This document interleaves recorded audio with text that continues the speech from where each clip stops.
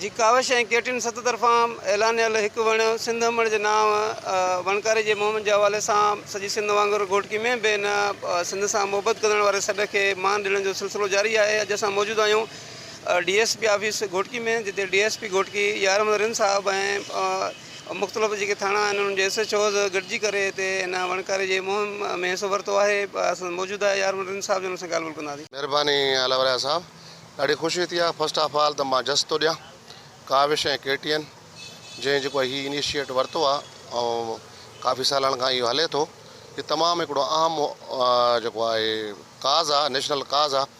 तव्हां ॾिसो न, वणनि जे लाइ 1430 साल अॻु सुहिणे सरकार नबी सल्लल्लाहु अलैहि वसल्लम पाण फरमायो त जॾहिं जंगियूं हूंदियूं उन दौर में बि इहो ई डायरेक्शन हूंदो हो त भई जॾहिं बि तव्हां जंग ते वञो उते बुज़ुर्गनि जो ऐं ॿारनि जो ख़्यालु कयो ऐं वणनि खे कॾहिं न वढियो। तव्हां ॾिसो उनजी अहमियत जेका आहे 1430 साल अॻु असांखे असांजे जेको आहे न पैगम्बर नबी अकरम सल्लल्लाहु अलैहि वसल्लम ॾिनो। त इहो हिकिड़ो वॾो काज़ आहे, इहा सुन्नत आहे ऐं सदक़े जारी आहे। ऐं जस मां वरी ॿीहर ॾियां थो इन्हनि दोस्तनि खे जेको काविश ऐं केटीएन जे हवाले सां चोथों ॾींहुं आहे असांजे घोटकी सिलसिले में जे ज़िले में मुख़्तलिफ़ जॻहियुनि ते जेके इहे प्रोग्राम थियनि था। असां ऑलरेडी असांजे IAFs असां पंहिंजे पुलिस खे डायरेक्शन ॾिना आहिनि त हीअ नेशनल काज़ में हिसो वठो, छो जो हीउ तमामु ज़रूरी आहे। पॉल्यूशन जे हवाले सां तमामु ज़रूरी आहे, असांजे मुल्क जे इकानमी जे हवाले सां तमामु ज़रूरी आहे। त तव्हां ॾिसो हीउ ख़ासि करे मौसम जे वेदर जे लाइ, ख़ासि करे बरसातूं नथियूं थियनि, वणनि जो न हुजण जो मेन सबबु आहे। जॾहिं वण हर जाइ ते पोखिया वेंदा त हीउ जेको आहे ग्लोबल जेका वार आहे उनजो बि मोस्टली जेको आहे एनवायरमेंट सां हिकिड़ो राब्तो मसइलो आहे। मां वंस अगेन थैंक्स थो कयां। इनशाला तव्हां जेको पाण वटि वण वढिजण जो हिकिड़ो आहे कारण, इलाही जॻहियुनि ते वण वढिजी वञनि था, त उन लाइ तव्हां मुख़्तलिफ़ जॻहियुनि ते पुलिस चौकियूं बि आहिनि, थाणा बि आहिनि, त उन्हनि खे रोकण जे लाइ तव्हांजो अहम किरदारु बणिजे थो, त उन लाइ तव्हां केतिरो कमु करे सघो था? हा, महिरबानी अलावा एक्चुअली छा आहे, असां ऑलरेडी पंहिंजे जूनियर्स खे चौकी जेके असांजे स्टेक होल्डर्स आहिनि, चौकी थियो थाणो, सभिनी खे असां डायरेक्शन ॾिना आहिनि। हालांकि कुझु अरसो अॻु में अहिड़ियूं शयूं हुयूं, हाणे अलाह जे फज़ल सां माण्हुनि में शौर अची वियो आहे। अॻु में त इहो बाक़ी रहियो, जॾहिं बि किथे अहिड़े क़िस्म जी जेका इलीगल एक्टिविटी थिए थी असां उदाइन ॾियण ते हुन ते FIR लाच करे उनखे बुक था कयूं, उनखे कोर्टनि में मोकिलियूं था। त हाणे इहो ॾिठो हूंदो त घोटकी ज़िले में बि काफ़ी अवेयरनेस अची वई आहे। वधीक बि असांजो जेको आहे हमेशह इहा कोशिशि रही आहे त माण्हुनि में शौर अचे। ख़ासि करे जेके हीअ वण न आहिनि, मां चवां थो हीअ वण न आहिनि, इंसान आहिनि। हिननि जो ख़्यालु करणु एज़ अ इंसान जो ख़्यालु करणु आहे। मां हिन केटीएन जे तवसुल सां सभिनी खे रिक्वेस्ट कंदुमि त हीअ जेका मुहिम हले थो, महिरबानी करे नंढा वॾा पोड़ा पका हारी नारी उस्ताद पुलिस ऑफिसर्स जेके बि स्टेक होल्डर्स पाकिस्तान में आहिनि, त हीअ असांजो क़ौमी फ़रीज़ो आहे। हर जाइ ते वण पोखियूं ऐं वणनि जी हिफ़ाज़त कयूं। वणनि जी हिफ़ाज़त करणु मुल्क जी हिफ़ाज़त करण जे बराबरि आहे। महिरबानी। वण हिकिड़ी असांजी ज़िंदगी आम ज़रूरत आहे अलवरा खान। असां पंहिंजी पुलिस पोस्ट ते जिथे जिथे असांजी चौकियूं आहिनि, थाणा आहिनि, सभिनी ते हणाईंदासीं ऐं इनशाला हिन मुहिम में तव्हांजी भरपूर तव्हांजो साथ ॾींदासीं। नी करणु घुरिजे। पंहिंजी जेका मौसम ॾिसो था, गर्मी ख़ासि करे हिन लिहाज़ खां वण तमामु घणा पोखिया वञनि ऐं तमामु सुठी ॻाल्हि आहे। ऐं मुंहिंजो काफ़ी एरिया जेको हाईवे अचे थो, अगरि मूंखे वणनि न त मां हाईवे सां बि लॻाईंदुमि, पुलिस पोस्टुनि ते, पिकटुनि ते ऐं कुझु पंहिंजे पुलिस स्टेशन ते। ऐं हर माण्हू खे इन शइ में हिसो वठणु घुरिजे। जहिड़ा हालात अॼुकल्ह मौसम जा असांजा आहिनि, उन लिहाज़ खां हर माण्हू खे रिक्वेस्ट थी कजे त हर कोई इन में हिसो वठे। वणनि खे बचाइण लाइ हर माण्हू खे पंहिंजो किरदारु अदा करिणो पवंदो।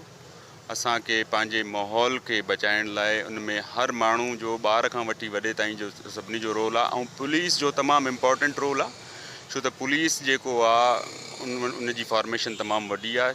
रोड रस्तनि ते चेक पोस्ट आहिनि, जीअं हर चेक पोस्ट ते उहे चेक कनि त को ग़ैर क़ानूनी जेको आहे वण त न वढिजी वियो आहे, त उनखे रोकण में इन्हनि जो तमामु घणो रोल हूंदो। ऐं मां रिक्वेस्ट कयां थो घोटकी डिस्ट्रिक्ट जी पुलिस खे त उहे जिथे बि माना को वण खे नुक़सानु पुॼाए थो त उनखे बचाइण में पंहिंजो किरदारु अदा कनि। तव्हांजी वॾी महिरबानी, तव्हां मौक़ो ॾिनो ॻाल्हाइण जो। असल में मां मुंहिंजे घर में तमामु ज़बरदस्त क़िस्म जा गुल ऐं वण लॻल आहिनि, मां हिन शइ जो शौक़ीन आहियां।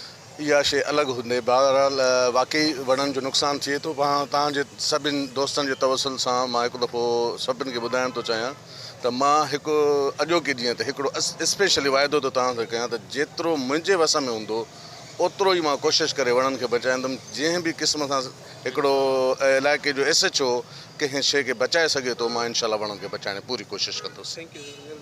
असुल में ॻाल्हि इहा आहे त मां KTN वारनि खे, काविश वारनि खे मुबारक ॾींदुसि जन असांजो ही पैगाम जेको असांखे पहुचाइणो झर जंग में पहुचाइण ताईं असांजी मदद कई। हिन टाइम मां मुबारक ॾींदुमि KTN कावेश्वरनि खे, जेके बि दोस्त आहिनि जेके इन मुहिम में हिसो वठनि था, त नंढड़े ॿार खां वठी मासूम खां वठी मर्दनि औरतनि खां वठी पोड़नि जी मंज़िल ताईं हर माण्हू हिन शइ में हिसो वठण लाइ तयारु आहे ऐं हिसो वठे थो। मां नर्सरी ते हूंदो आहियां, हर ॿार जेको आहे न हिसो वठे थो पियो न। हे जेकी टीम आहे असांजी, हे जेके बि टीम आहे, आसिफ़ हुसैन शाह, इजलाल हुसैन शाह, इमदाद, नज़ीर अहमद, अब्दुल गफ़ूर, हे सभई जेके बि आहिनि माशाल्लाह, ख़ालिद गॾानी असांजो हिसो आहिनि हिकु टीम जो। वणनि जो मुहिम हलाई आहे KTN ऐं कावेश तरफ़ां, उन खे जस हुजे ऐं असां उन खे मुबारकबाद पेश कयूं था। तमामु सुठो अमल आहे, ख़ासि करे सिंध मां या माना वण जेको आहे त ही तमामु ख़तमु थींदा था वञनि ऐं गर्मी जी जेकी शिदत आहे उहा वधंदी थी वञे। जिते वण आहे ॿाहिरियाली में, उते माण्हू माना बिजली या ॿिए प्लेटां वग़ैरहनि जो माना इस्तेमालु घटि थिए थो, माण्हू वणनि जी छांव में वेही तमामु फ़ाइदो वठे थो। जी, हिकु वण सिंध मण जे नाव खे भरपूर मोट ऐं मान मिलण जो जेको सिलसिलो आहे उहो घोटकी ज़िले में बि जारी आहे ऐं हर माण्हू इन सॾ खे साराए रहियो आहे। असांजी उमेदु आहे त ही नंढड़ा वण ॿूटा जेके सिंध वासी पंहिंजे हथनि सां पोखनि था, इहे इन सिंध धरती मथां छांव थींदा ऐं असांजी सिंध खे ख़ूबसूरत बणाईंदा। कैमरामैन सदाम मलिक सां गॾु अलावर बोज़दार, KTN न्यूज़, घोटकी।